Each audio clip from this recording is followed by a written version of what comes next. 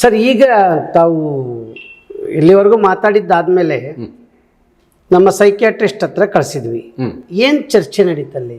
ಏನಿಲ್ಲ, ನನ್ನ ಒಂದು ಯಾವ ರೀತಿ ಟ್ರಾವೆಲ್ ಆಯಿತು ನನ್ನ ಲೈಫು ಎಲ್ಲ ಒಂದು ವಿಚಾರ ಹೇಳಿದೆ ಅವ್ರಿಗೆ, ಅಷ್ಟೇ ವಿಚಾರ ಹೇಳಿದೆ. ಅವರು ಏನು ಕೊಟ್ಟರು ತೀರ್ಮಾನ? ಅವ್ರು ಏನು ತೀರ್ಮಾನ ಕೊಟ್ಟರು ಅಂದರೆ, ಈಗ ಇರೋಂಥ ಲೈಫ್ ನೀವು ಎಂಜಾಯ್ ಮಾಡ್ತಾ ಇದ್ರೆ, ಎಸ್ ನಾನು ಡೆಫಿನೆಟ್ಲಿ ಎಂಜಾಯ್ ಮಾಡ್ತಾ ಇದ್ದೀನಿ. ಯಾಕಂದರೆ ಈಗ ನಾನೇನು ಎಂಜಾಯ್ ಮಾಡ್ತಾ ಇದ್ದೀನಿ ಲೈಫ್, ನನ್ನ ಲೈಫ್ಗೂ ಒಂದು ರೀತಿ ಹ್ಯಾಪಿನೆಸ್ ಇದೆ.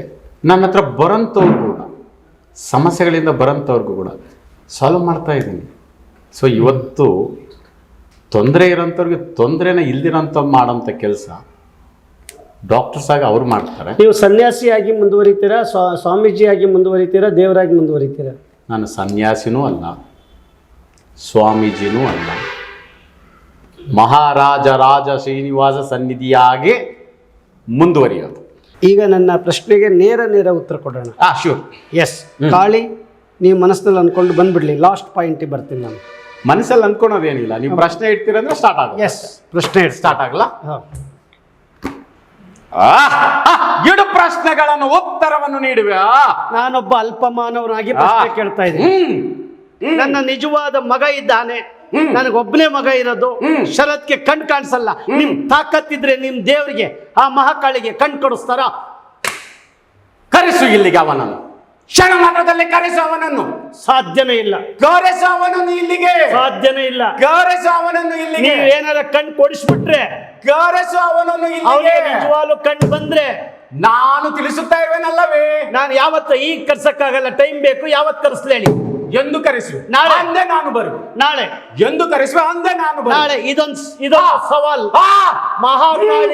ಮಹಾಕಾಳಿಗೆ ಒಂದು ಸವಾಲ್. ಕರೆಸು. ಎಂದು ಕರೆಸುವ ಅಂದು ನಾನು ಇಲ್ಲಿಗೆ ಬರುವೆ. ಮಹಾಕಾಳಿ ಯಾವ ರೀತಿ ಹೇಳಿ ಅದೇ ರೀತಿ ನಾಳೆ ನಮ್ಮ ಮಗನ್ನ ಇಲ್ಲಿ ಕರೆಸ್ತಾ ಇದ್ದೀನಿ. ಆ ಮಹಾಕಾಳಿ ಮುಂದೆ ಅವನ್ನ ಇರಿಸ್ತಾ ಇದ್ದೀನಿ. ಅವನಿಗೆ ಕಣ್ ಕೊಟ್ಟಿದ್ದಾದ್ರೆ ಈ ಮಹಾಕಾಳಿ ಹೇಳ್ದಂಗೆ ನಾನು ಮಾಡ್ಲಿಕ್ಕೆ ಸದಾ ಸಿದ್ಧನಾಗಿದ್ದೇನೆ. ಈಗ ನನ್ನ ಮಗನಿಗೆ ಕಣ್ಣು ಬಂದಿಲ್ಲ, ಕಣ್ಣಿಲ್ಲ ಅಂತ ಹೇಳ್ತಾ ಇದ್ದೀನಿ. ನಿಜವಾಗ್ಲೂ ಮಹಾಕಾಳಿ ಆಗಿದ್ರೆ ಈಗ ನನ್ನ ಮಗ ಲೈನಿಗೆ ಬರ್ತಾನೆ. ಆ ಲೈನಿಗೆ ಬಂದಿಟ್ಗೆ ಅವನ ಕಣ್ಣು, ಅವನು ನಿಮ್ ಜೊತೆ ಮಾತಾಡ್ತಾನೆ. ನಾನು ಇದನ್ನ ಇದರಲ್ಲಿ ಆನ್ಲೈನ್ ಅಲ್ಲಿ ತರಿಸಿದ್ದೀನಿ. ಆ ನನ್ನ ಮಗ ನಿಮ್ಗೆ ನೇರವಾಗಿ ಪ್ರಶ್ನೆ ಮಾಡ್ತಾನೆ. ಅವನಿಗೆ ಕಣ್ಣು ಕೊಟ್ರೆ, ಕಣ್ಣು ಬಂದ್ರೆ ಮಹಾಕಾಳಿಯಾದ ನಿಮಗೆ ನಾನು ಜೀವನ ಪರ್ಯಂತ ನೀವ್ ಹೇಳ್ದಂಗೆ ನಾನು ಪ್ರಶ್ನೆ ಕೇಳ್ತೀನಿ. ನಾನು ಇವೆಲ್ಲವೂ ಬೇಡ. ಶರತ್, ಅವನನ್ನು ಇಲ್ಲಿಗೆ ಕರೆತಲು ಸಾಧ್ಯವಿಲ್ಲವೋ? ನೀವ್ ಹೇಳಿದ್ರೆ ನಾವು ಕರೆಸ್ತೀವಿ. ಕರೆಸು ಕರೆಸು ಕರೆಸು ಕರೆಸು ಕರೆಸು ಕರೆಸು ಕರೆಸು ಕರೆಸು ಯಾವತ್ತು ಕರೆಸ್ಬೇಕು? ಈಗಲೇ ಕರೆಸು, ಈಗಲೇ ಜರುಗಿಸಿ ಬಿಡುವೆ. ಈಗಲೇ ಕರೆಸು, ಈಗಲೇ ಜರುಗಿಸುವೆನಲ್ಲವೇ? ಈಗ ಶರತ್, ಗೌರಿ ಶರತ್ ಅವ್ರು ಇದಾರ? ಕರೆಸು. ಎಸ್. ನಿಮ್ ಮುಂದೆ ಬಂದು ನಿಂತು ಕೂತಿದ್ದಾನಲ್ಲಿ. ಮಾತಾಡಪ್ಪ ಶರತ್. ಇದು ಸರಿಯಾಗಿಡಿ. ಇವ್ರಿಗೆ ಪ್ರಶ್ನೆ, ಮಹಾಕಾಳಿಗೆ ಪ್ರಶ್ನೆ ಕೇಳಪ್ಪ. ಮಹಾಕಾಳಿ ಮೈ ಮೇಲೆ ಬಂದಿದೆ. ನಾನು ಕೇಳ್ತಾ ಇದ್ದೀನಿ, ನನ್ನ ಮಗನಿಗೆ ಕಣ್ಣು ಕೊಡಿಸಿದ್ರೆ ಮಹಾಕಾಳಿ ಹೇಳ್ದಂಗೆ ಜೀವನ ಪರ್ಯಂತ ನಾವೆಲ್ಲರೂ ಕೂಡ ದಾಸರಾಗಿರ್ತೀವಿ, ಶರಣರಾಗಿರ್ತೀವಿ. ನೀನೇ ಪ್ರಶ್ನೆ ಕೇಳಪ್ಪ. ರೆಕಾರ್ಡ್ ಮಾಡ್ತಾ ಇದ್ದೀವಿ. ಇಲ್ಲ, ಅವರೆಲ್ಲರೂ ಮೀಡಿಯಾ ಇದೆ, ಪೂರ್ತಿ ಇದೆ, ರೆಕಾರ್ಡ್ ಆಗ್ತಾ ಇದೆ. ಏನಾಗಲ್ಲ, ಕೇಳಿ ನಿಮ್ಮ ಪ್ರಶ್ನೆ. ನಿಮಗೆ ದೇವರು, ನೀವೇ ದೇವರು ಬಂದಿದೆ. ಮಹಾಕಾಳಿ ಪ್ರಶ್ನೆ ಹಾಕಿ. ಮಹಾಕಾಳಿ ದೇವ್ರನ್ನೇ, ದೇವ್ರು ನೀವು ಮಾತಾಡಿ. ತಿಳಿಸು ನಿನ್ನ ಪ್ರಶ್ನೆ ಎಂದು. ನಾನೊಂದು ಚಾಲೆಂಜ್ ಮಾಡ್ತೀನಿ. ಚಾಲೆಂಜ್ ತಗೊಂಡು ದೇವರು ಅಂತ ಪ್ರೂವ್ ಮಾಡ್ಬೇಕು, ನಿಜವಾದ ದೇವರು. ನೀವು ನರಮಾನವರು ಅಂತ ತೀರ್ಮಾನ ಆಗುತ್ತೆ. ತಿಳಿಸು ನಿನ್ನ ಪ್ರಶ್ನೆ ಏನೆಂದು. ನನಗೆ ಇವಾಗ ಎರಡು ಕಣ್ಣು ಕಾಣಿಸೋದಿಲ್ಲ. ದೇವ್ರ ಕೈಲಿ ಆಗದಿಲ್ಲದ್ದು ಯಾವುದೂ ಇಲ್ಲ. ಒಂದು ಹುಲ್ಕಡ್ಡಿ ಅಲ್ಲಾಡ್ಬೇಕು ಅಂದ್ರೂ ದೇವರೇ ಕಾರಣ. ಹಾಗಾಗಿ ನನಗೆ ಕಣ್ಣು ಬರೆಸ್ತೀರಾ? ನಾನು ಜರುಗಿಸುವನಲ್ಲವೇ ಬಾಲಕ. ನಿನ್ನ ಜನಕನು ಈ ಪ್ರಶ್ನೆಯನ್ನು ಇಟ್ಟಿರುವನು ಬಾಲಕ. ಸಾಧ್ಯವಾದರೆ ಇಲ್ಲಿಗೆ ಬಾ ಬಾಲಕ, ಕಾರ್ಯವನ್ನು ಜರುಗಿಸುವ. ನಂತರ ಏನು ಜರುಗಿಸಬೇಕೆಂದು ನಾನು ಸೂಚಿಸಿದಂತೆ ಕಾರ್ಯವನ್ನು ಜರುಗಿಸುವ ಬಾಲಕ. ಆಗ ನೋಡು ಬಾಲಕ, ಮಾತೆ ಮಹಾಕಾಳಿಯ ಕಾರ್ಯವನ್ನು ನೀನೇ ಅಂದರೆ ಈಗ ನೀನು ನೋಡುವುದಕ್ಕೆ ಸಾಧ್ಯವಿಲ್ಲವೆಂದು ನಿನ್ನ ಜನಕನು ತಿಳಿಸಿರುವನಲ್ಲವೇ? ಆಗ ನೀನು ನನ್ನನ್ನು ನೋಡುವ ಹಾಗೆ ಆಗುವುದಲ್ಲವೇ? ಜರುಗಿಸಲಿ ಕಾರ್ಯವನ್ನು, ಜರುಗಿಸಲು ನಾನು ಸಿದ್ಧನಿರುವ ಬಾಲಕ. ಸಾಧ್ಯವಾದರೆ ಇಲ್ಲಿಗೆ ಬಾ ಬಾಲಕ, ಜರುಗಿಸಿ ಬಿಡುವೆ. ಇಲ್ಲ ಇಲ್ಲ ಇಲ್ಲ, ದೇವರು ಸರ್ವಾಂತರ್ಯಾಮಿಗಳು. ನೀವು ಮನಸ್ಸು ಮಾಡಿದ್ರೆ ನೀವೇ ಇದಕ್ಕೆ ಬರ್ಬೋದು, ಇಲ್ಲ ಅಲ್ಲೇ ಕೂತ್ಕೊಂಡು ಮಾಡ್ಬೋದಲ್ಲ. ನಾನು ಬಾಲಕ ತಿಳಿದುಕೋ, ನೀನು ಮಾನವನಾಗಿರುವ ಕಾರಣ ನಿನ್ನ ದೇಹದಲ್ಲಿರುವ ತೊಂದರೆಗಳನ್ನು ಹೋಗಲಾಡಿಸುವ ಕಾರ್ಯವನ್ನು ನಾನು ಜರುಗಿಸಬೇಕೆಂದರೆ ತಿಳಿದುಕೋ ಬಾಲಕ, ತಿಳಿದುಕೋ ಬಾಲಕ. ಒಮ್ಮೆ ಅಂದರೆ ನಾನು ಇರುವ ಸ್ಥಳಕ್ಕೆ ಅವನನ್ನು ಕರೆತರು, ನಾನು ಅವನಿಗೆ ಇರುವ ತೊಂದರೆಗಳನ್ನು ಹೋಗಲಾಡಿಸುವೆ. ನಂತರ ನಾನು ಸೂಚಿಸಿದಂತೆ ಕಾರ್ಯವನ್ನು ಜರುಗಿಸಿದ ನಂತರ ನಿನ್ನ ಪುತ್ರನ ಪ್ರಶ್ನೆಗೂ ಉತ್ತರ ದೊರಕುವುದು, ನಿನ್ನ ಪ್ರಶ್ನೆಗೂ ಉತ್ತರ ದೊರಕುವುದು. ಆಗ ಮಾತೆ ಮಹಾಕಾಳಿ ಯಾರೆಂದು ನೀವುಗಳು ನಂಬಬಹುದಲ್ಲವೇ? ಜರುಗಿಸು ಕಾರ್ಯವನ್ನು. ಸಾಧ್ಯವಾದರೆ ಹಿಂದೆ ಕರೆಸು, ಸಾಧ್ಯವಾಗದಿದ್ದರೆ ನಂತರ ಎಂದು ಕರೆಸುವೆ ಎಂದು ತಿಳಿಸು. ಅಂದೇ ಇಲ್ಲಿಗೆ ನಾನು ಬರುವೆ. ನಾಳೆ ಶರತ್ ಬರಕ್ಕಾಗತ್ತಾ? ನಾಳೆ ನಾಳೆ ಬರ್ತೀನಿ. ನಾಳೆ ಎಷ್ಟೊತ್ತಿಗೆ ಬರ್ತೀರಾ ಹೇಳಿ ಅವರಿಗೆ, ದೇವರಿಗೆ?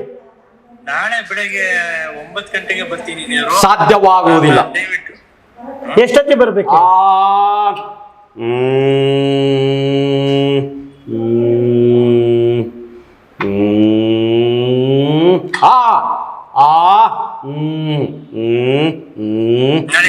ಒಂದು ಕ್ಷಣ, ಏಕೆಂದರೆ ಸಮಯವನ್ನು ತಿಳಿಸುವುದು ನಾನು ತಿಳಿಸಿದ ಸಮಯವು ನಿಮಗೆ ಅರ್ಥವಾಗುವುದಿಲ್ಲ. ಆದ ಕಾರಣ ರಾಜ ಶ್ರೀನಿವಾಸ ಸನ್ನಿಧಿ ಸಮಯವನ್ನು ತಿಳಿಸುವನು. ಆಗಬಹುದಲ್ಲವೇ? ಅವರು ಸಮಯ ತಿಳಿಸ್ತಾರೆ. ಆ ಸಮಯಕ್ಕೆ ರೆಡಿ ಇದೆಯಲ್ವಾ ಶರತ್? ಆಗಬಹುದೇ? ನಾನು ಬರೋಕ್ ರೆಡಿ ಇದ್ದೀನಿ. ಎಸ್. ಆದ್ರೆ ದೇವರು ಒಪ್ಕೊಂಡಿದ್ದಾರೆ. ನಾನೇನಾದ್ರೂ ಅಲ್ಲಿಗೆ ಬಂದ್ರೆ ದೇವರು ನನ್ನ ಕಣ್ಣು ಬರ್ಸಿ ನನ್ನ ನ್ಯೂನ್ಯತೆಯನ್ನ ವಾಸಿ ಮಾಡ್ತಾರೆ ಅಂತ ಹೇಳಿದ್ರೆ, ಆ ದೇವರು ಮಾಡಿದ್ರೆ ಇವರು ನಿಜವಾದ ದೇವರು. ಜರುಗಿಸುವೇನಲ್ಲವೇ? ಒಂದ್ ನಿಮಿಷ. ಜರುಗಿಸಲಿಲ್ಲ ಅಂದ್ರೆ ದೇವರೇ, ಜರುಗಿಸಲಿಲ್ಲ ಅಂದ್ರೆ ನಾವು ಮಾಡುವುದು ಬೂಟಾಟಿಕೆ ಅಂತ ಒಪ್ಕೊಳಕ್ಕೆ ತಾವು ಜರುಗಿಸಿದ ನಂತರ ಪ್ರಶ್ನೆಯನ್ನು ಇಡು. ಏತಕ್ಕಾಗಿ ಈಗಲೇ ಆತರ ಪಡುವೆ? ಜರುಗಿಸುವವರು ನಾನಲ್ಲವೇ? ಜರುಗಿಸಿದ ನಂತರ ಪ್ರಶ್ನೆ. ನಾಳೆ ನಾನು ಎಷ್ಟೊತ್ತಿಗೆ ಅಂತ ಹೇಳ್ತೀನಿ ಶರತ್, ಅಷ್ಟೊತ್ತು ನೀವು ಬಂದು ಇಲ್ಲಿ ರೆಡಿ ಇರಬೇಕು. Okay okay. ನಿಮ್ಮ ಸವಾಲನ್ನು ಅವ್ರು ಸ್ವೀಕರಿಸ್ತಾರೆ. ನನಗೆ ತುಂಬಾ ಖುಷಿ ಆಗುತ್ತೆ. ನನ್ನ ಮಗನಿಗೆ ಮಹಾಲಕ್ಷ್ಮಿ ಕಣ್ ಕೊಟ್ರು ಅಂತ ಅಂದ್ರೆ, ಮಹಾಕಾಳಿ ಕಣ್ ಕೊಟ್ರು ಅಂದ್ರೆ ಇದಕ್ಕಿಂತ ಸಂತೋಷ ಇನ್ನೇನ್ ಬೇಡ. ಆ ಮಹಾಕಾಳಿಗೆ ಅವ್ರು ಕೇಳ್ದಂಗೆ ನಮ್ಮ ಕೈಲಿ ಭಕ್ತಿ ಆದಷ್ಟು ಒಂದ್ ದೇವಸ್ಥಾನ ಕಟ್ಟಿ ಪೂಜೆ ಸಾಧ್ಯವಿಲ್ಲ. ನನಗಾಗಿ ಏನು ಸಹ ಜರುಗಿಸಕೂಡದು. ನಿನ್ನ ಪ್ರಶ್ನೆಗೆ ಉತ್ತರವನ್ನು ನೀಡುವೆ, ಕಾರ್ಯವನ್ನು ಜರುಗಿಸುವೆ. ನನಗಾಗಿ ಏನನ್ನು ಸಹ ಅಪೇಕ್ಷಿಸುವುದಿಲ್ಲ. ತಿಳಿದುಕೋ, ನನಗಾಗಿ ಏನನ್ನು ಸಹ ಅಪೇಕ್ಷಿಸುವುದಿಲ್ಲ. ಕಾರಣವೇನೆಂದರೆ ಅಪೇಕ್ಷಿಸುವ ಮಾನವರಾಗಿರುವ ದೇವರಲ್ಲ. ತಿಳಿದುಕೋ, ದೇವರಿಗೆ ಶಕ್ತಿ ಇದೆ. ದೇವರಿಗೆ ಏನು ಕಟ್ಟದ್ ಬೇಡ. ನಮ್ಮಂತ ಅಲ್ಪಮಾನವರು ಏನು ಕೊಡಕ್ಕಾಗಲ್ಲ. ನನ್ನ ಮಗನಿಗೆ ಕಣ್ಣು ನೋಡಿ ಕಾಣಿಸ್ತಾ ಇದೆ, ಎಲ್ಲ ಕ್ಯಾಮ್ರಾಗಳಲ್ಲಿದೆ. ಅವನಿಗೆ ಕಣ್ಣಿಲ್ಲ, ಅವನಿಗೆ ಕಣ್ಣು ಕೊಡ್ಸಿದ್ರೆ ಈ ಮಹಾಕಾಳಿ ಹೇಳ್ದಂಗೆ ನಾವು ಶರಣಾಗಿ ಅವ್ರ ಜೊತೆ ಇರ್ತೇವೆ. ನನ್ಗೆ ಅದು ಬೇಕಾಗಿದೆ. ಶರತ್, ನಾಳೆ ಬನ್ನಿ, ಎಷ್ಟೊತ್ತಾರ ಆಗ್ಲಿ. ಆಗಲಿಲ್ಲ ಅಂದ್ರೆ ನಾನು ಕಾರ್ಯವನ್ನು ಜರುಗಿಸಿದ ನಿಮಿಷ ಆಗಲಿಲ್ಲ ಅಂದ್ರೆ ಹೇಳಪ್ಪ ಶರತ್. ಅಲ್ಲ ಒಂದು ನಿಮಿಷ. ಆಗಲಿಲ್ಲ ಅಂದ್ರೆ ಒಂದು ವೇಳೆ ನಾಳೆ ದೇವ್ರು ನನಗೆ ಬೇರೆ ಕಡೆ ಅಪಾಯಿಂಟ್ಮೆಂಟ್ ಇದೆ, ಅಲ್ಲಿ ಅಪಾಯಿಂಟ್ಮೆಂಟ್ ಇದೆ ಅಂತ ದೇವ್ರು ಎಲ್ಲೂ ಹೋಗಬಾರ್ದು. ಹಿಂದೆ ಜರುಗಿಸುವನಲ್ಲವೇ? ಸಾಧ್ಯವಾದರೆ ಬಾ ಹಿಂದೆ. ಇಲ್ಲ, ಅವನಿರೋದು ಬಹಳ ದೂರ. ನೀವೆಲ್ಲಿದ್ದೀರಾ ಅಪ್ಪಾಜಿ? ಇಲ್ಲೇ ದೊಡ್ಡಬಳ್ಳಾಪುರದಲ್ಲಿ. ನೀವೆಲ್ಲಿದ್ದೀರಿ ಈಗ? ಬೆಂಗಳೂರಲ್ಲಿ. 2 hours ಬೇಕು. ನಾಳೆ ಮಾಡೋಣ ಸರ್. ಅವನನ್ನು ಕರೆಸು. Yes. ನಾನು ಯಾವ ಕಾರ್ಯಗಳನ್ನು ಜರುಗಿಸಬೇಕು ನಾನು ಜರುಗಿಸಿ ಬಿಡುವೆ. ಅವುಗಳನ್ನು ನೀವುಗಳು ಮಾನವರಲ್ಲವೇ ಅಂದರೆ ಶೇಖರಿಸಿಕೊಳ್ಳಬಹುದು. ಶೇಖರಿಸಿಕೊಳ್ಳಬಹುದು. ಶೇಖರಿಸಿಕೊಂಡ ನಂತರ ನಾನು ಯಾವ ಕಾರ್ಯಗಳೆಲ್ಲವನ್ನು ಜರುಗಿಸಿ ಬಿಡುವೆನೋ ಆ ಕಾರ್ಯಗಳೆಲ್ಲವನ್ನು ಶೇಖರಿಸಿ ನಂತರ ನಾನು ಸೂಚಿಸಿದಂತೆ ನಿನ್ನ ಪುತ್ರನನ್ನು ಯಾವ ರೀತಿಯಾಗಿ ನಾನು ಸೂಚಿಸುವನು ಅದೇ ರೀತಿಯಾಗಿ ನೀನು ಕಾರ್ಯಗಳನ್ನು ಜರುಗಿಸು. ಆಗ ನಿನ್ನ ಪುತ್ರನು ಕಾಣುವಂತಾಗುವನು. ಎಸ್, ಮಹಾಕಾಳಿ ಹೇಳ್ದ ಹಾಗೆ ನನ್ನ ಮಗನ್ ನಾಳೆ ಕರೆಸ್ತಾ ಇದ್ದೀನಿ, ಮಹಾಕಾಳಿಯ ಸನ್ನಿಧಿಗೆ ಕರೆಸ್ತಾ ಇದ್ದೀನಿ. ಆಗ ಅವ್ರು ಹೇಳ್ದಂಗೆ ಎಲ್ಲಾ ಕಾರ್ಯವನ್ನ ನಾವು ಜರುಗಿಸ್ತೀವಿ. ಆ ಜರುಗಿಸಿ ಕಣ್ಣು ಬಂದ್ರೆ ನಮ್ಗೆ ಈ ಜಗತ್ತಲ್ಲಿ ಆಗುವಷ್ಟು ಖುಷಿ ನಮ್ಗೇನೂ ಇಲ್ಲ. ಮಹಾಕಾಳಿಯ ಎಲ್ಲಾ ಕಾಳಿಗಿಂತ ಅತ್ಯಂತ ದೊಡ್ಡ ಶಕ್ತಿ ಇದೆ ಅಂತ ಹೇಳಿ ನಾನು ಅಕ್ಸೆಪ್ಟ್ ಮಾಡ್ಕೋತೀನಿ. ಇದು ಮೀಡಿಯಾದ ಮುಂದೆ, ಮಾನವರು ಕಂಡುಕೊಂಡಂತ ಮೀಡಿಯಾದ ಮುಂದೆ ಹೇಳ್ತಾ ಇರುವಂತ ಮಾತು. ತಿಳಿದುಕೊಳ್ಳಿ ಮಾನವರೇ, ಈ ಮಾನವನು ಇಟ್ಟಿರುವ ಪ್ರಶ್ನೆಯ ಉತ್ತರವನ್ನು ನಾನು ದೊರಕಿಸಿಕೊಡುವೆನಲ್ಲವೇ? ಉತ್ತರವನ್ನು ದೊರಕಿಸಿಯೇ ಕೊಡುವೆ. ಏತಕ್ಕಾಗಿ ಎಂದರೆ ಈ ಮಾನವನ ಪುತ್ರನಿಗೆ ಆಗಿರುವ ಕಾರ್ಯವು ಅಂದರೆ ಮಾನವರು ಸರಿಪಡಿಸಲು ಸಾಧ್ಯವಾಗದ ಕಾರ್ಯವು. ಆ ಕಾರಣದಿಂದಲೇ ದೇವರಾಗಿರುವ ಮಾತು ಮಹಾಕಾಳಿ ಆಗಿರುವ ನಾನು ಆ ಕಾರ್ಯವನ್ನು ಕ್ಷಣ ಮಾತ್ರದಲ್ಲಿಯೇ ಜರುಗಿಸಬಲ್ಲಲು ತಿಳಿಯಿತು. ಆದ ಕಾರಣ ನಾನು ಕಾರ್ಯವನ್ನು ಜರುಗಿಸಿದ ನಂತರ ನಾನು ಕೆಲವು ಸೂಚನೆಗಳನ್ನು ನೀಡುವೆನಲ್ಲವೇ? ಆ ಸೂಚನೆಗಳನ್ನು ಈ ಮಾನವನು ಪಾಲಿಸಲಿ. ಆಗ ನಿನ್ನ ಪುತ್ರನು ಮಾನವರ ರೀತಿಯಲ್ಲಿ ಎಲ್ಲವನ್ನು ನೋಡುವಂತಾಗುವನು. ತಿಳಿಯಿತು ಮಾನವ, ತಿಳಿಯಿತು. ಮತ್ತಷ್ಟು ತಿಳಿದುಕೊಳ್ಳಬೇಕೆ? ಉತ್ತರಗಳನ್ನು ನೀಡುವೆನಲ್ಲವೇ? ಪ್ರಶ್ನೆಗಳು ಇದ್ದರೆ ಪ್ರಶ್ನೆಗಳನ್ನು ಇಡಿ, ಉತ್ತರಗಳನ್ನು ನೀಡುತ್ತಲೇ ಇರುವೆ.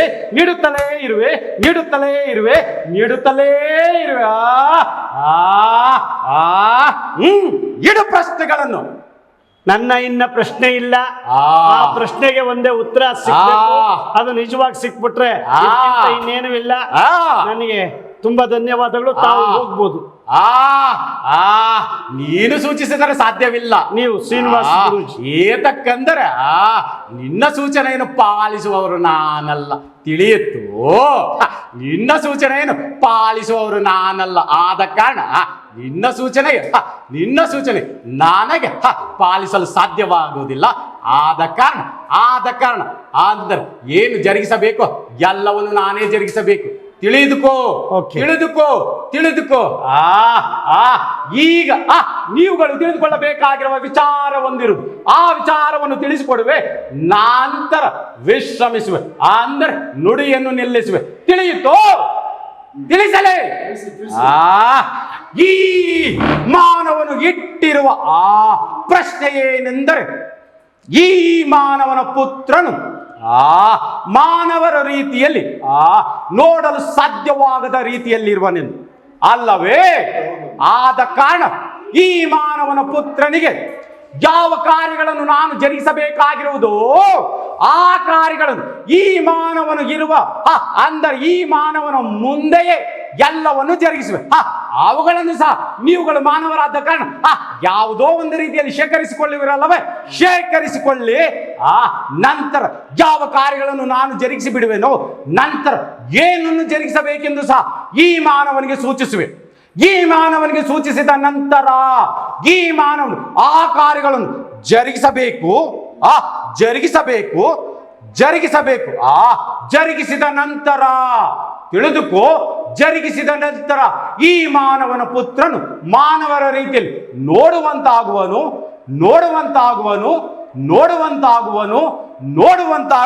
ತಿಳಿಯಿತೋ? ತಿಳಿಸಿಕೊಟ್ಟಾಗಿರುವುದಲ್ಲವೇ? ಅಂದರೆ ಎಂದು ತಿಳಿಸಿಕೊಡುವ ವಿಚಾರಗಳನ್ನು ತಿಳಿಸಿಕೊಟ್ಟಾಗಿರುವುದು. ಮಾನವನ ಪ್ರಶ್ನೆಗಳು ಸಹ ಮುಗಿದಿರುವ ಕಾರಣ ಈಗ ಎಂದಿನಂತೆ ನನ್ನ ನುಡಿಯನ್ನು ನಿಲ್ಲಿಸುವ ಸಮಯವಲ್ಲವೇ?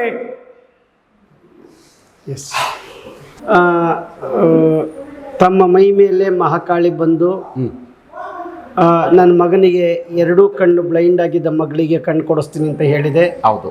ನಾಳೆ ನನ್ನ ಮಗ ಬರ್ತಾನೆ, ಬಂದ್ಮೇಲೆ ನೀವು ಯಾವ ಟೈಮ್ ಹೇಳಿದ್ರು ಬಂದಾಗ ಮತ್ತೆ ಕಾಳಿ ಬಂದು ಅದು ಬಗೆಹರಿಸುತ್ತೆ, ಬಿಟ್ಬಿಡೋಣ. ಓಕೆ.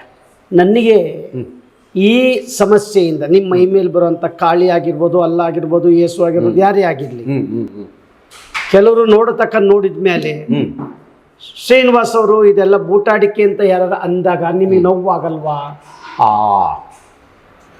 ಇವ್ರು ಕೇಳಿರೋ ಪ್ರಶ್ನೆ ಏನಂದರೆ, ಈಗ ನಾನು ಮಹಾಕಾಳಿ ಬರ್ತಾರೆ ಅಥವಾ ಇನ್ಯಾರೋ ಬರ್ತಾರೆ ಅಥವಾ ನಾನು ಮಹಾರಾಜ ರಾಜ ಶ್ರೀನಿವಾಸ ಸನ್ನಿಧಿಯಾಗಿ ನಾನೇನು ನಿಮಗೆ ತಿಳಿಸ್ಕೊಡ್ತಾ ಇದ್ದೀನಿ, ಮಾನವ್ರಿಗೆ ತಿಳಿಸ್ಕೊಡ್ತಾ ಇದ್ದೀನಿ, ಇದು ಬೂಟಾಟಿಕೆ ಇದ್ದರೆ ಆಗಿದ್ದರೆ ಅನ್ನೋ ಒಂದು ಪ್ರಶ್ನೆ ಕೇಳೋದು.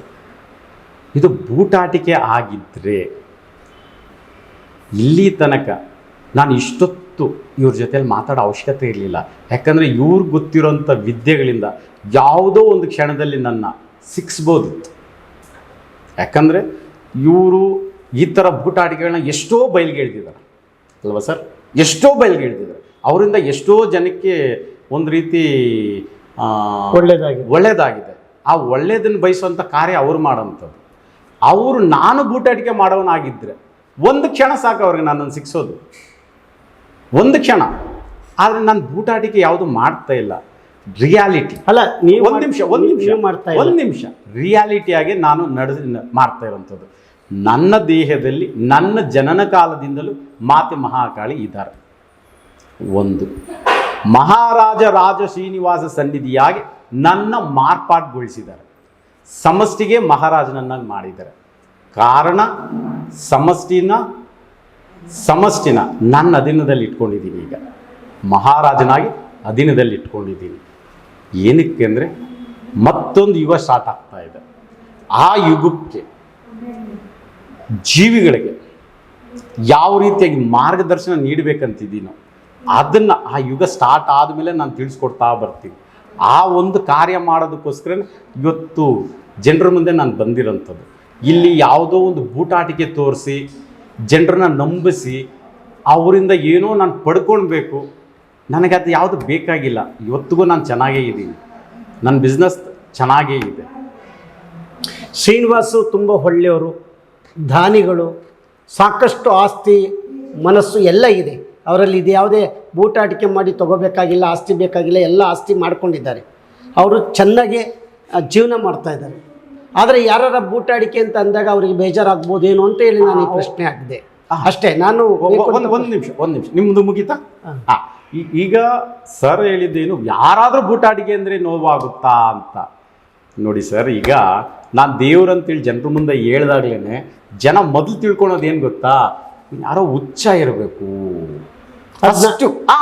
ಕೇಳಿ ನಾನು ಹೇಳೋದು, ಯಾಕಂದರೆ ನೀವು ಅದನ್ನು ಇಟ್ರಿ.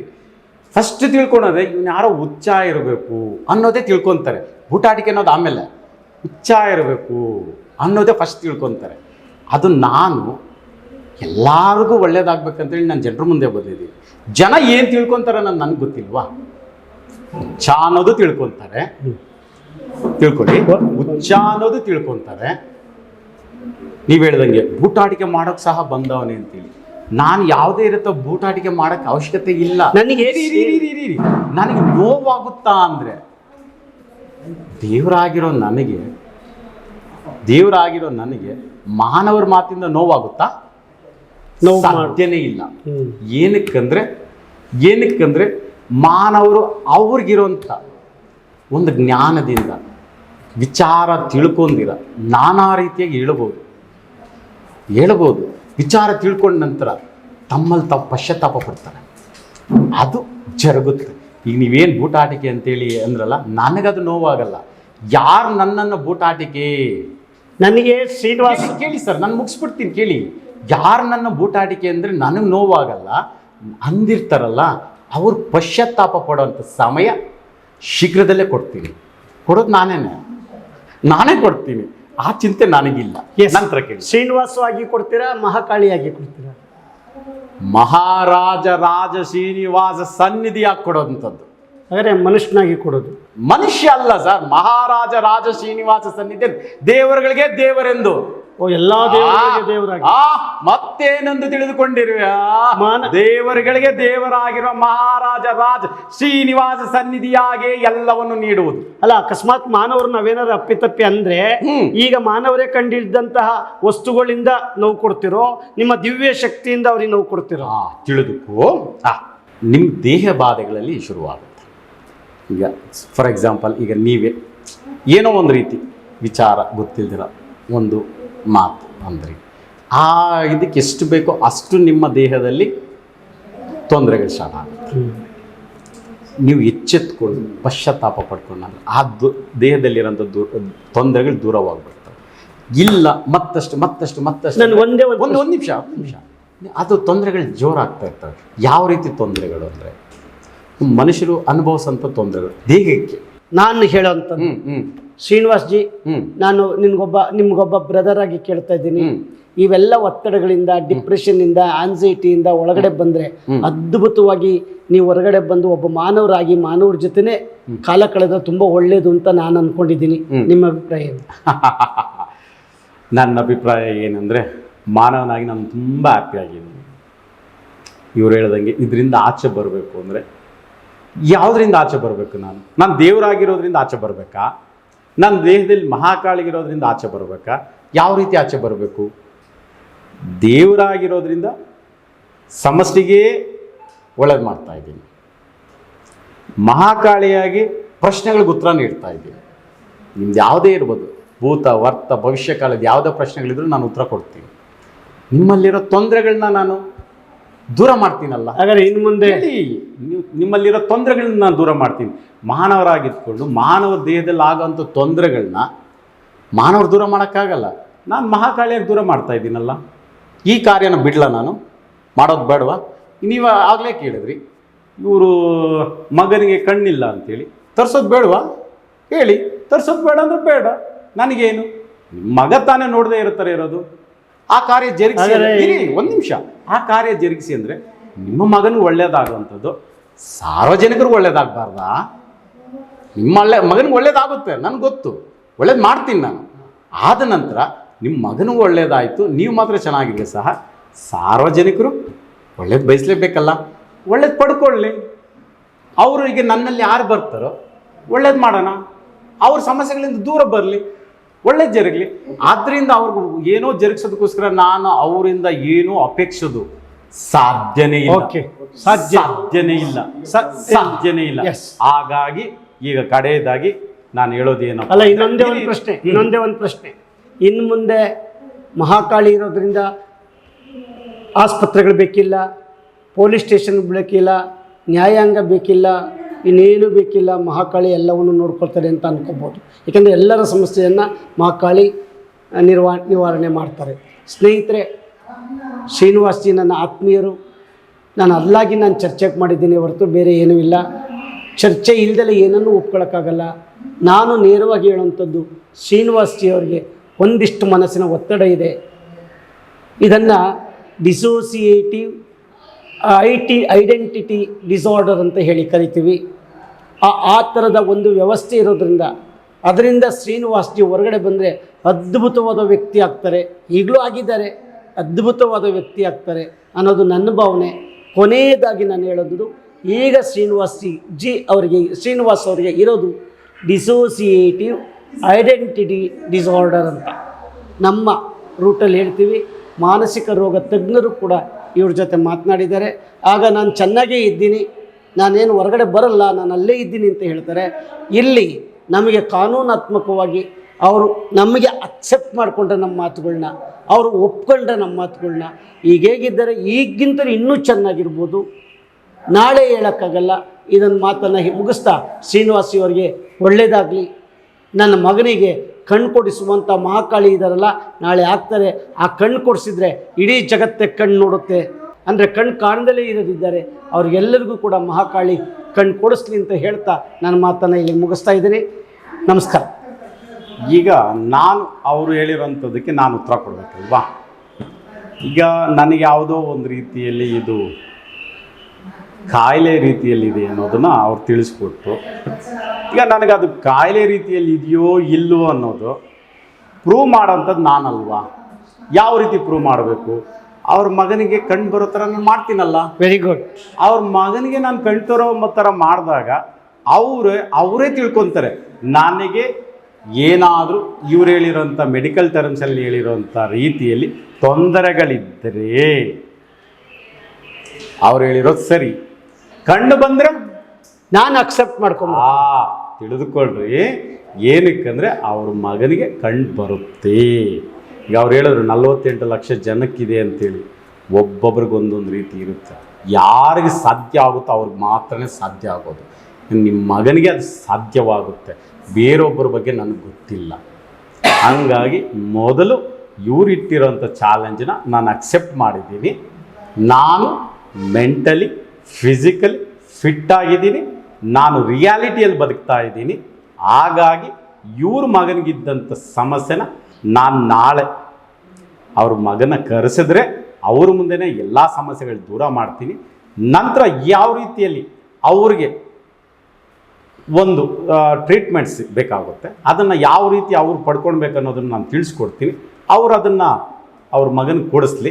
ನಂತರ ಅವರೇ ಹೇಳ್ತಾರೆ, ನಾನು ಅವತ್ತು ನಿಮ್ಮ ಬಗ್ಗೆ ಮಾತಾಡಿದ್ದು ತಪ್ಪು, ಇವತ್ತು ನೀವೇನು ಅನ್ನೋದು ನನಗೆ ಗೊತ್ತಾಗಿದೆ, ಹಂಗಾಗಿ ನಿಮ್ಮಲ್ಲಿ ಕ್ಷಮೆ ಯಾಚಿಸ್ತೀನಿ ಅಂತೇಳಿ ಅವತ್ತು ಹೇಳ್ತಾರೆ.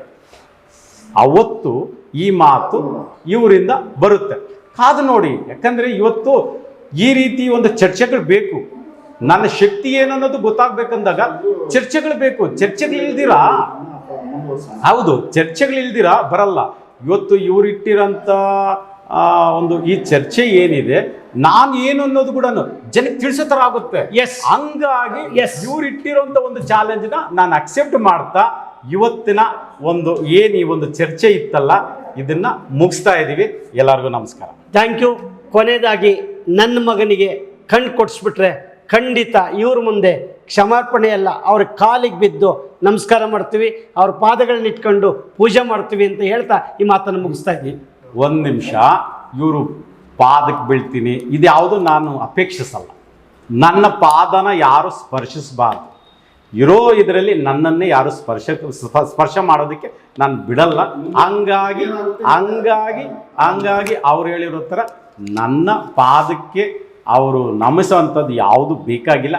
ಅವ್ರ ಮಗನಿಗೆ ಕಣ್ಣು ಬರಲಿ, ಅದರಿಂದ ಅವರು ಖುಷಿಯಾಗಲಿ, ಅವ್ರ ಮಗ ಸಂತೋಷವಾಗಿರಲಿ ಅಂತ ನಾನು ಹೇಳ್ತಾ ಈ ಮಾತು ಮುಗಿಸ್ತಾ ಇದ್ದೀನಿ. Thank you. ಡನ್.